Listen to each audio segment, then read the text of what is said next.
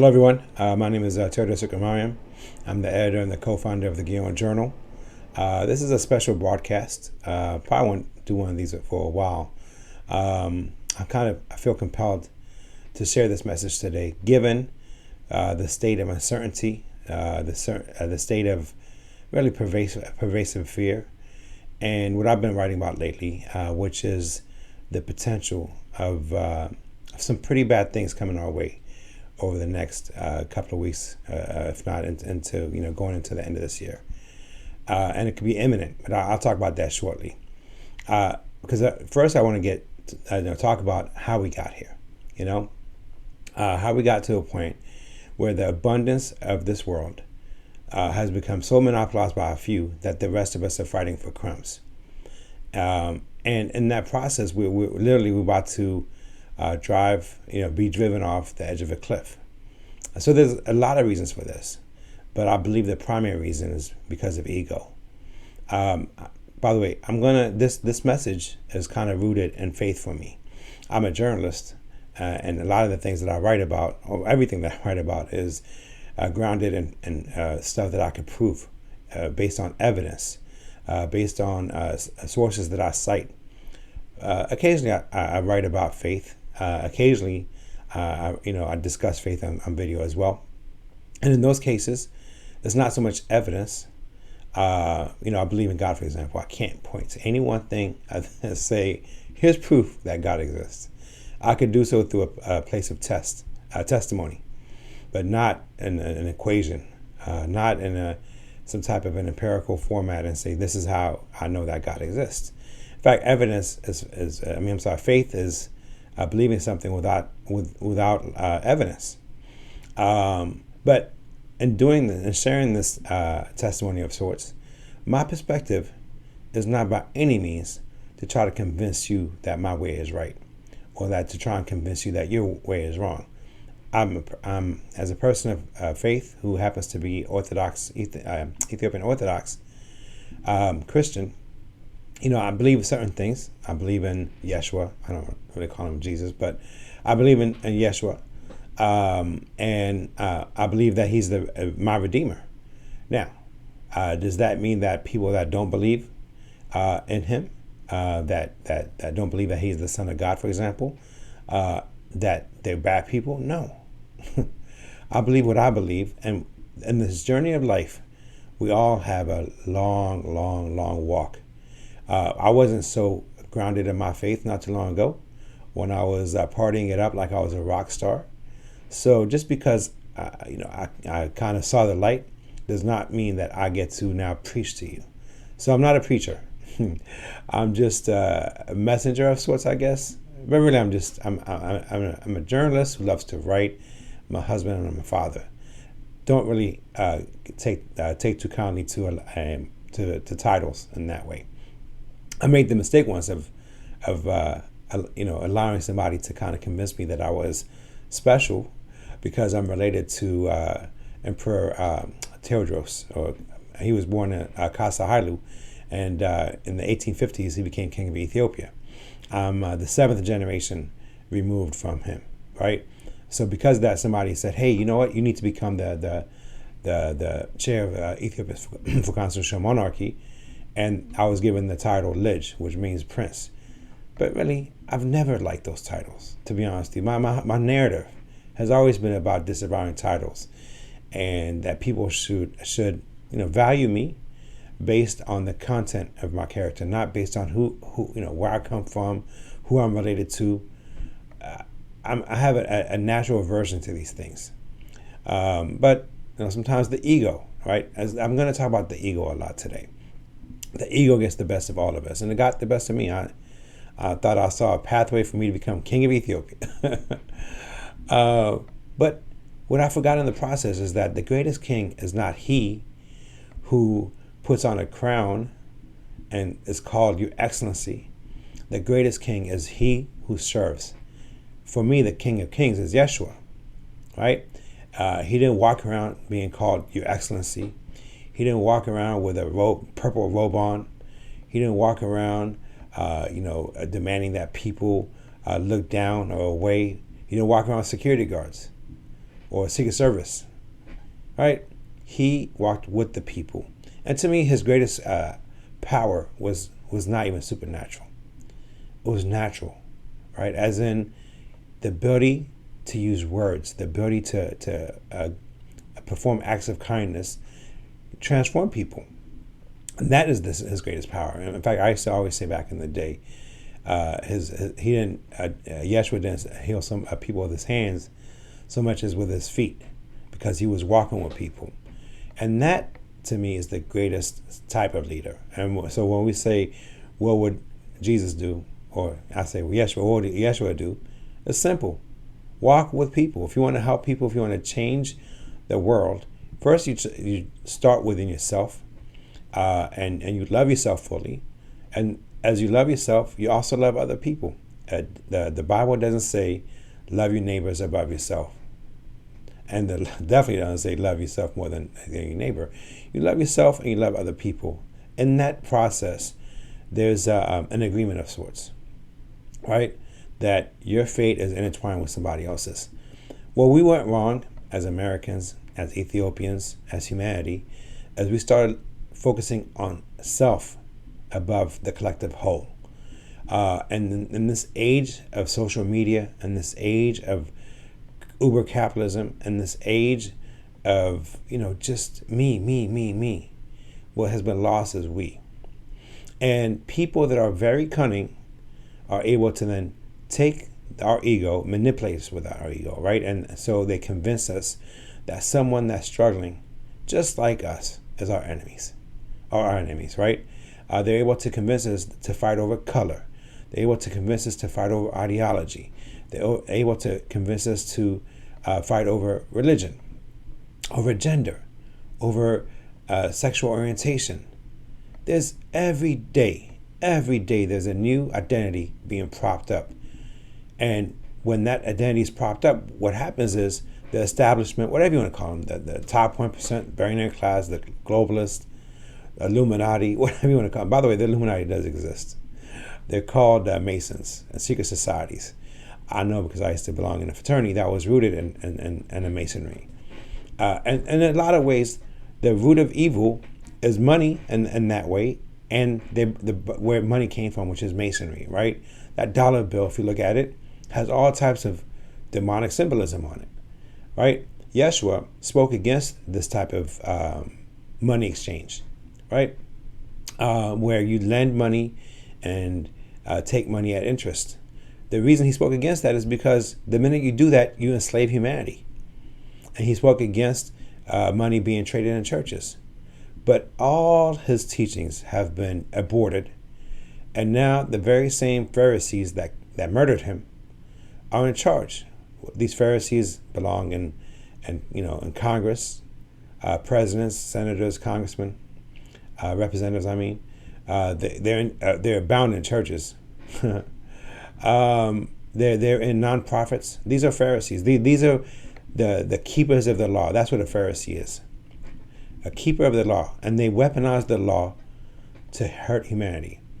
And they weaponize the law to gain benefit for themselves, money-wise, while the rest of us are struggling. Now, I didn't get to this level of understanding up until I went through what I went through in 2015. What happened in 2015? I became homeless. For 2 years, I was homeless. And what the blinders of tribalism got shed from my eyes. Before that, I used to blame all white people for the evils of the world. I used to blame Republican voters. And then I found myself, and I discussed about how I got there. Part of that was my fault. Other parts of it, not really. But I'll give that part, the second part, to God. Sometimes when you seek wrath, you destroy yourself. It's better to kind of let God do your battle for you. It works out, trust me. Because as long as I was fighting to be vindicated, I became more and more bitter. But the minute that I started being grateful and kind of gave everything to God, then within short order, by the way, for a year and a half, I was bitter, alone, broke. Then I started being grateful. I had a chaplain in Harvest Farm, Colorado, who gave me a notepad, and told me to write. And at first, I didn't want to, but I started writing started writing, wrote 2 books within a span of 6 months. And then one day I wrote something on Facebook called Memo to She. And it was an ode to women. And I posted it, and some women didn't like it too much, but one woman in particular loved it. And she pressed like, then we started chatting. She told me to call her. That's when I let her know. I was like, I'm not really in a good place right now. I'm kind of at a shelter. And she said, who cares? Find her phone. That night we talked for 5 hours. We haven't stopped talking since then. And she's now my wife. Obviously, I'm no longer homeless. Making more money today than I was when I was working at Booz Allen Hamilton. We have a 2-year-old son that is the light of the. If I showed you the picture of my son, in fact, I'll play a video at the end of my son and my wife. This is the blessing that comes when you start being grateful for the small things. But we have in this world demagogues, whether they're politicians, whether they're in media, and I don't mean to be too harsh, because I think they're in the same cycle of downward cycle, this chase towards depravity that all of us are in. We kind of all of us have our hand in this machine that's bleeding humanity, in one shape or the other. But some are more culpable than others because they have more money, right? You have people that make billions of dollars, and they're enslaved. They think they're free, but they're the most enslaved of them all. They're the most miserable and depressed because addictions can never be fulfilled. So they're addicted to money. And they're so addicted to money that they're afraid to lose their money, which is where we're at now. Look, I know folks of good meaning, could disagree. I'm going to tell you where I'm at. With the vaccines, for example, I believe that those things are not safe. Just put it that way. Now, if you took it, that's up to you. But that should not be forced upon anybody, right? Except that's where we're at. And with my fear of these vaccines has always been about the long-term ramifications. They've studied these things in the past for 20 years. And each time they've tried mRNA, adenovirus, or anything that produces spike proteins, it did not work well for the animals that were being tested on. They all perished. God forbid this is going to happen to human beings. But we face that prospect. And now the truth comes out that these quote-unquote vaccines don't even prevent contraction of COVID-19, nor passing it on. So then compelling people to get quote-unquote vaccinated is the height of insanity, especially given the fact that people like me, for example, who caught COVID-19, recovered, have antibodies. We've built up natural antibodies. My sister caught COVID-19 last August. She got tested a couple of weeks ago. She still has antibodies. This is something that they know, but yet they keep pushing this. So the antibodies, a study from Israel, shows that the antibodies from a natural contraction of COVID-19 is actually more enduring than from the vaccines. So then there is no scientific reason for this. There's something else at play. And now they've gone from the sanity of compelling everyone to now potentially doing something so heinous that it escapes belief. There's a reason why I make a good amount of money. Let's just put it that way. In the past, I supported the DoD entities. I'm kind of still doing that now. I have clients that are DoD related. By the way, I'm a patriotic American. I'm from Ethiopia originally, but I've been here in America for 40 years. The reason I'm wearing this, by the way, this is what Orthodox Christian Ethiopians wear when we go to church. I overheard of a terror attack, right? And this terror attack was so grave that big events in the DC area were canceled, including the Marine Corps Marathon. But they're not telling people about this potential terror threat. And the specific wording is safety and security risk, right? Nobody knows what that safety and security risk is. Not only that, they're not even telling people. In fact, I saw an article the other day where they tried to spin this, and they said that the Marine Corps Marathon was canceled because of COVID-19. Since when is COVID-19 a safety and security risk? What potentially could be happening here is a terrorist strike, which would have been, if it happens this way, would have been the work inside job. A domestic terrorism, that's an act of domestic terrorism, right? And that means they either planned it, and when I say they, I'm talking about the factions within the U.S. government. Either they planned it and executed it, or they allowed it to happen. I'm leaning towards the former, not the latter. And so now, if that happens, you see what's going on in Australia right now, where mercenaries flown in from other countries are basically just brutalizing Australians. Well, now, about a month ago, all of a sudden, out of the blue, Joe Biden, who's never seen a war he didn't love, all of a sudden became a dove and wanted to pull out the U.S. from Afghanistan quickly, as if they saw giants. Right? It didn't make any sense to me. Why would they do that? Now it makes sense to me. Because they needed a pretext to fly in 50,000 quote-unquote refugees. 50,000. Mostly fighting age men. Now, I'm not anti-refugee.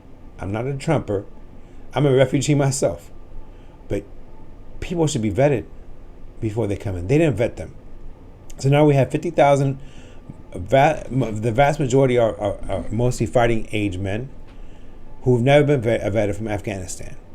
If a terror attack takes place, imagine then they're loosened out amongst the populace, and they're dressed up in military or police outfits, with their eyes covered with sunglasses, with their face covered, with a tactical unit on. They blend right in to the police, amongst the police and the military. Now, they can't separate who's friend from foe. They take the initiative. You know who did this? By the way, that number 50,000, it was Hitler with the stormtroopers. This is the exact model that he used when he infused or enlisted 50,000 stormtroopers that he trained over the years. The Hitler youths, when they became adults, they became stormtroopers, and then he infused them within the police and the military. Then they set the Nazis set the Reichstag on fire, the Reichstag building. Next thing you know, 50,000 essays were out, and that night they declared Article 48 martial law shortly thereafter, and then Hitler implemented a reign of tyranny that only ended when Germany got baptized with the fires of Dresden, with the fires of Berlin being burnt to the ground. We should never judge Germans again, because we're doing that now. We're letting fascists take over. And so that's where we're at right now. In fact, if you go to the Gion, GHION journal.com, you'll see the link at the bottom. Go there and you'll see the article. It's the leading article. Read it fully. And I will tell you, I can't tell you what to do. I know what I did. This potential of a terror attack is so grave that if it happens, remember what happened last year with COVID-19 first hit America? People panicked and bought all kinds of food. We're looking at that prospect. So I bought 2 weeks worth, about a week and a half, 2 weeks worth of food, groceries, water, filled up both gas tanks, took out $1,000 worth of cash. And also, it might be too late now, depending on what Sinema does.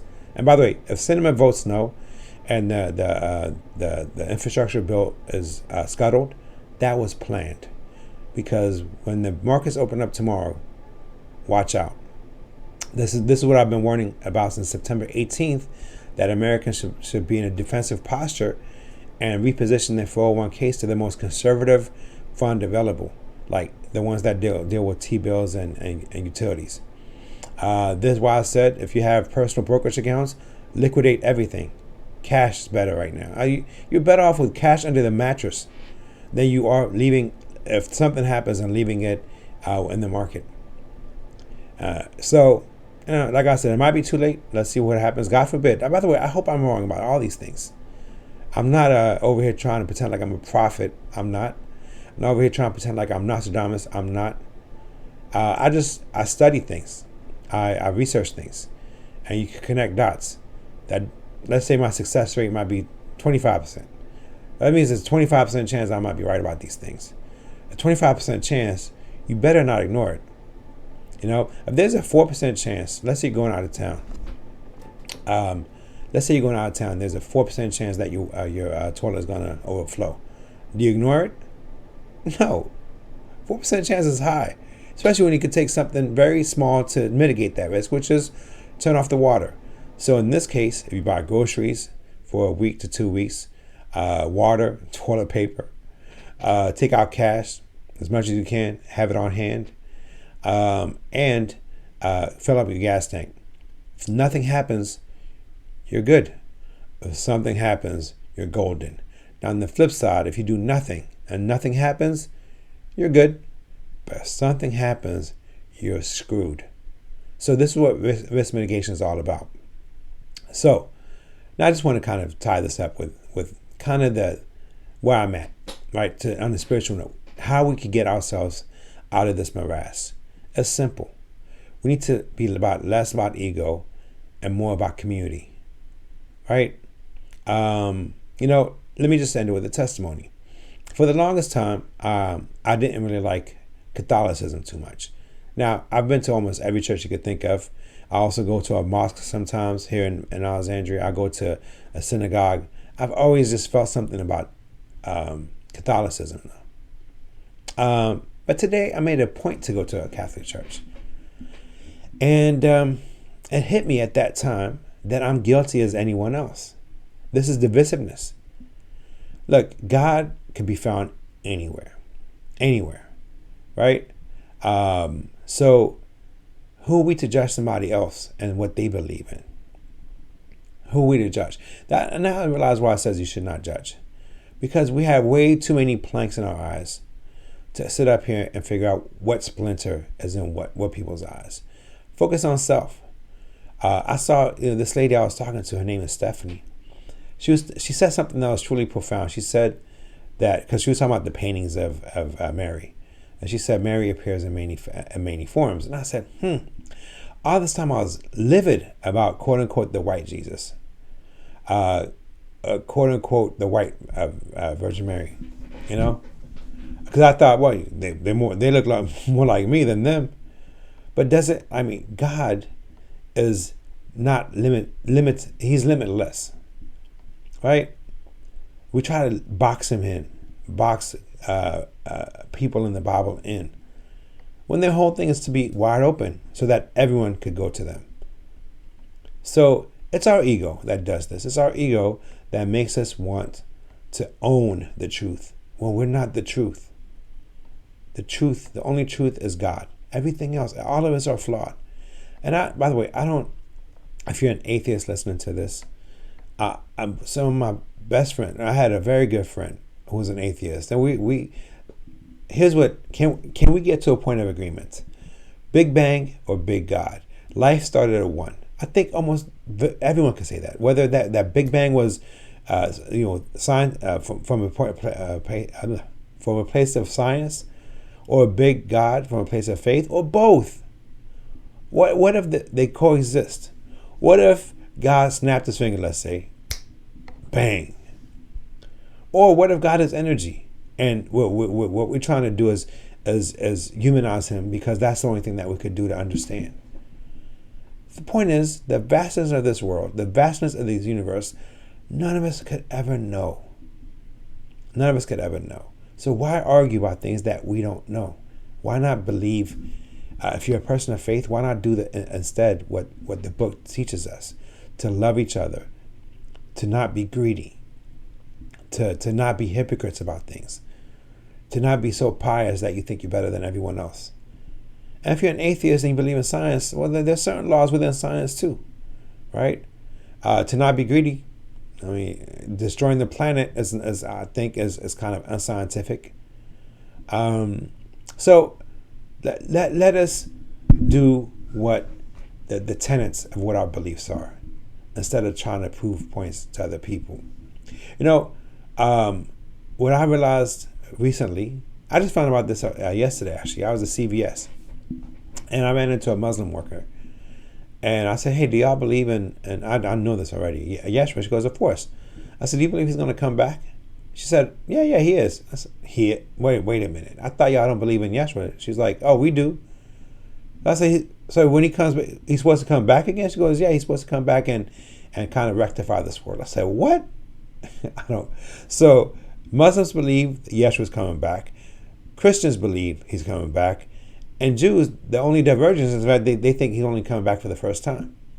So we all agree there's a big guy coming down eventually. Or maybe he's here already.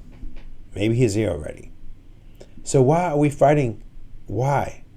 Oh, because of ego.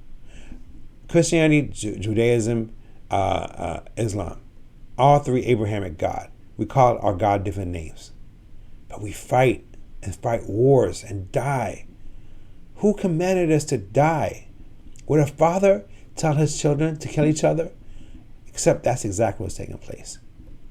And the reason that we're getting there is because of ego. Like I used to always say that the devil is a divider and God is a multiplier. For too long, we've chosen the divisive nature of the devil. One of my favorite Psalms in the Bible is Psalm 68:31, where it says that princes will come out of Egypt. Ethiopia shall quickly turn her hand to God. So Egypt is not just a country. By the way, Egyptians don't even people that live in that land called Egypt don't even call them that area Egypt. They call it Misr or Kemet. Egypt is just something that was made up, that was imposed on that country. It's like Africa. The whole continent used to be called Ethiopia, right? So the whole continent of quote unquote Africa is really Ethiopia. So Ethiopia represents humanity in that way because life started in quote unquote Africa or Ethiopia and then spread outward. So Ethiopia is humanity. And then Egypt is the knowledge, the ego of humanity. When Adam and Eve ate the apple, they gained knowledge. And through that knowledge, they were able to, you see it, the pyramids, all the inventions throughout the world, technology. The technology has divided us more and more. We've kind of ghettoized each other. And now we talk like this instead of talking in person. We don't even shake hands anymore. Technology is ruining us. So Egypt is the ego, right? So what I mean by this is this. Egypt was the Pharaoh. Then the knowledge of Egypt got transferred to Greece. Then it got transferred to Rome.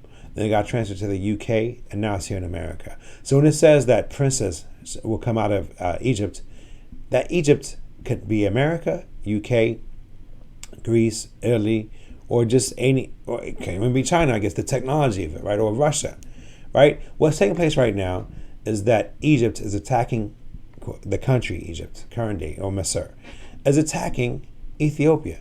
By the way, all Muslims should be outraged about this. Ethiopia, the country, back then Aksum, King, I believe it was King Aman, gave refuge to the Prophet Muhammad. And it was because he gave refuge to him when people in Saud were chasing him to kill him, that Islam became possible. That's why there's a fatwa saying that Ethiopia cannot be touched. Quote unquote Egypt or Misr, anyone that from Egypt that's attacking Ethiopia is running afoul of Prophet Muhammad. The Prophet Muhammad, the Honorable Prophet Muhammad. So they are what will be called, there's a word for this, infidel. Sisi is an infidel and should be dealt with accordingly.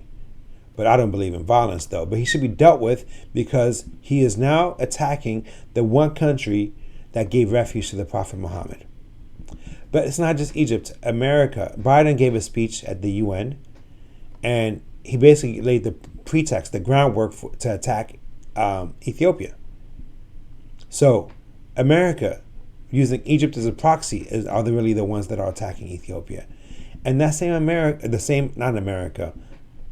Biden or his Kamala. Really, by the way, Kamala's the president.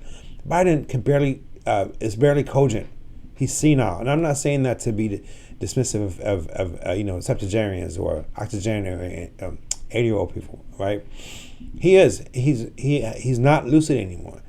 This guy has no business being the head of a country because it's Kamala that's doing it. Kamala just hired 2 days ago. Last month, she hired Obama's top speechwriter and a public crisis manager. Think about what that means. The crisis that's about to be coming when those potentially Afghan paramilitary forces get loosened on the streets. So we are at the precipice of global dark times. And what they're trying to do, they call themselves the New World Order, is trying to destroy so they could build back better. They call this the Great Reset. Well, let me tell you, Kamala, let me tell you, Biden, let me tell you, Macron, and Boris Johnson, Abiy Ahmed, who's with them. Your Great Reset is about to be your great regret, because we all know how the story ends. So this message that I'm telling right now is for all true believers. The time has come to make a decision. Comply, and specifically for the U.S. military, CIA, NSA, people that support the government. A red line is about to be drawn if this terror attack takes place. You have to choose either compliance, just follow the orders like Germans did, or defy. You have to choose either country at that point or God. And country, by the way, that's being ruled by led by the devil, is not a country. It's a prison. They're about to turn America into a prison. So this is a call to action for all believers to defend Ethiopia, to defend America, and to defend humanity. And our inaction will lead to our dissolution. I'm going to end it. I always open up a random page of the Bible. I couldn't find my the one that I usually carry. But, sometimes there's many roads to God, right? So, hold on. I want you to know that I'm doing this randomly. Here we go. What is it? Ecclesiastes 5:6. All right, let's see here. What does it say? 5:6. Oh, it's a summary, though. I had to find... Okay. 5:6. All right, I'm just gonna. I think this is 5:4 through 7. It says, "Stand in awe of God. Nature reveals enough about God to cause humans to hold Him in awe. Whatever one promises God had best be performed." I want to actually get the. So this is a summary of it. All right, give me a second. Let me see if I could actually pull up the actual quote so I can read that to y'all, and then close it with that. So Ecclesiastes, this is 5, and then 4 through 6. All right, let's see where we end up. When you make a vow to God, do not delay to fulfill it. He has no pleasure in fools. Fulfill your vows. It is better to not make a vow than to make one and not fulfill it. Do not let your mouth lead you into sin, and do not protest to temple messengers. My vow was a mistake. Why should God be angry at what you say and destroy the work of your hands? I think what it's basically saying there, that's a good way to end it, I guess, is be careful of what you promise. Be careful of what you say. Because that which is not fulfilled becomes a pathway to hell, right? You promise to do something, you let it go, you don't do it. Eventually it'll come back on you. If you promise somebody that you're going to pay them back and you don't, that is called whatever you want, karma, whatever you want to call it. Politicians say yes, we can fix America, and then they do the opposite. Just regular people, us, the bottom 99%. We say that we want to help out humanity, help out our community, and then we see somebody that's homeless, that's struggling, and asking for help, and we ignore. We idolize the rich, and we bash each other. These are the vows that we make towards one another. The secret, not secret. The words that we keep towards one another. I humbly submit that the vow that we make should be about love, not about division. All right. It is high time that we put aside our differences, that we put aside the divisive nature of politics, of ideologies, of identities, and hold firm to the one thing that we have in common. I always say that humanity is our last name, right? And nationalities, ideologies, all these things that make us quote unquote different, that let's consider those the first name. But what we have in common is our last name, which is humanity. And for people of faith, God, because we're all children of God. Some choose it, some reject it. But even if you reject it this moment, life is long. Life is long. I believe up until the moment of death, you have a chance to accept. Right? When proving something, when you see something, you have a choice to accept or reject. I was told that earlier that Stalin, right when he was about to die, he shook his hand violently. Maybe he was accepting, or maybe he was rejecting. Only God knows. But we have a long life ahead of us. Hopefully, a long life ahead of us. I don't know what craziness awaits for us this week. I pray for the totality of humanity. I pray for America. I pray for Ethiopia. I pray for every man, woman, and child throughout the world. When we close out a prayer, by the way, as Ethiopians, we say Besma'am, Bawad Memphis Kadus Hadam Lak. And that's another way of saying in the name of the Father, the Spirit, and the Holy Ghost. May we quickly turn our hand back to God. If you, like I said, if you don't believe, just turn your hand back to love, because love is the only way. Love will win. My last name means Fikr Mariam. Fikr means my love. When I was bitter in South Carolina, Teodros, I believe it means the weapon of God. So I chose the weapon of God to be at that time to be bitterness, and I wanted to be vindicated. When I did that, I was alone and suffering. When I started when I turned towards love, my love, the love of my life came into my life. So let that testimony be the story of humanity.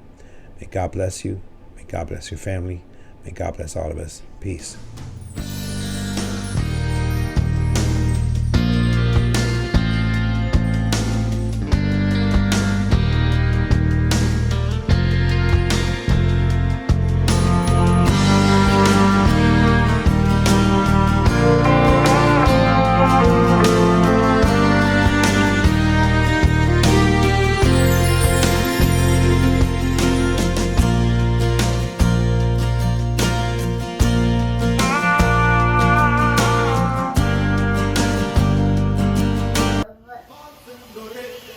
ስለናት ምትሬ እሷ ናት ክብሬ እኔስ አገሬ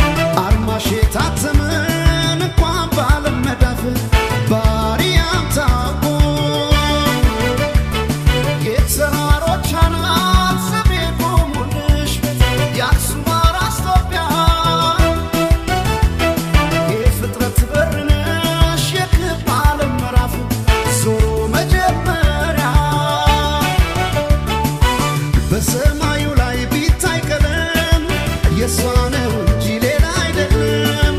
የመጪው ዘመን ፊት ናት መሪ ዛሬ አለም ቢላት ኋላ ቀሪ ተውኝ ውጣልኝ ልጥራ ደጋግሜ ኢትዮጵያ ማለት ለእኔ አይደል ሆይ ስሜ ቢጎል እንጀራው ከመሶቡ ላይ እናት በሌላ ይቀየራል ወይ ይዣላ ነሳም እጄን ከቀሚሷ እናት እኮ ናት ተስፋ አንቆርጥም በሷ የሷን ውለታ ከፍሎ ሳይጨርሰው ኢትዮጵያ ሲባል አእምሮ አይልም ወይ ሰው ኢትዮጵያ ኢትዮጵያ ሀገሬ ሀገሬ ኢትዮጵያ ኢትዮጵያ ሀገሬ ሀገሬ ባንቺ አይደል ወይ ክብሬ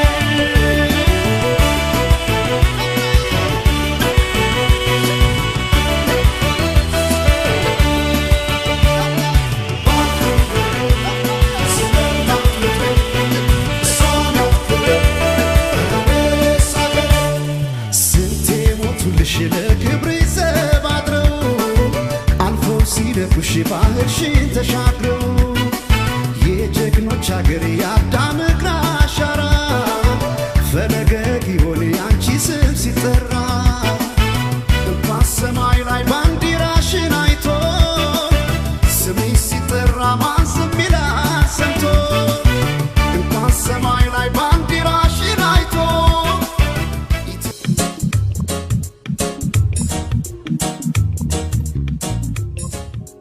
Gotta break it on down, gotta break it on down, you know, down. I'm gonna be right there for you, whenever you need me, my boo. Never thought I'd know such pleasure, never thought I'd come to feel the tenderness of your touch, the good taste of your sweet love, the sexiness of your appeal. When you smile, I saw angels. Then all my worries disappeared. You looked at me with your heart, blessed me with your wonder, and heard my future in your end. So wherever you roam, that's where. However you glide, that's how. Whenever you shine, that's when. It don't matter the time, baby.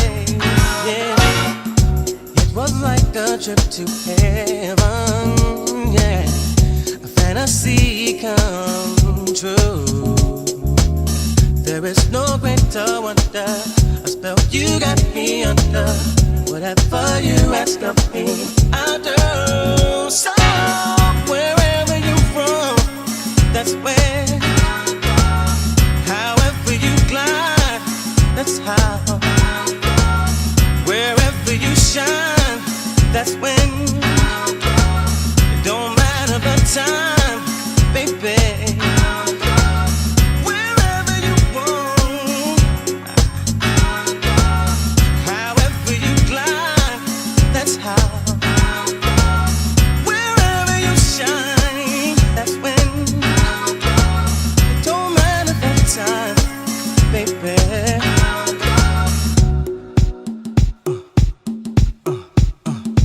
Gotta break it on down, gotta break it on down, break it on down.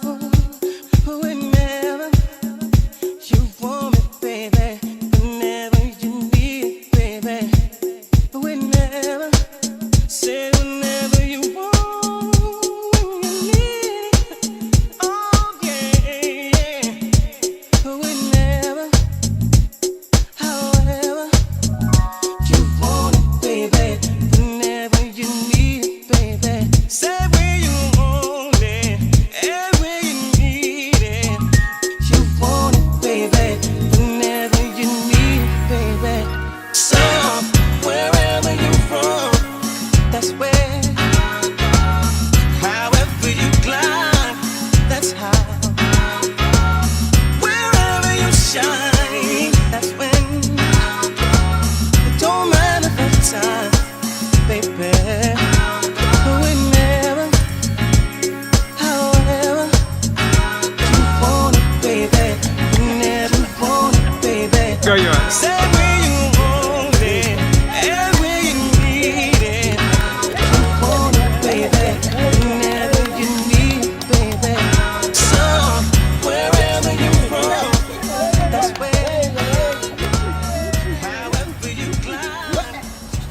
Maloya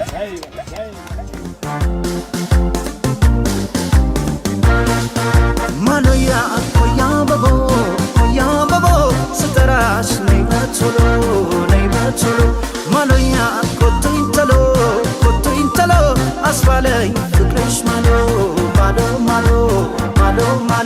Maloya babo starash nei batolo Maloya kottintalo asfalay fikrish malo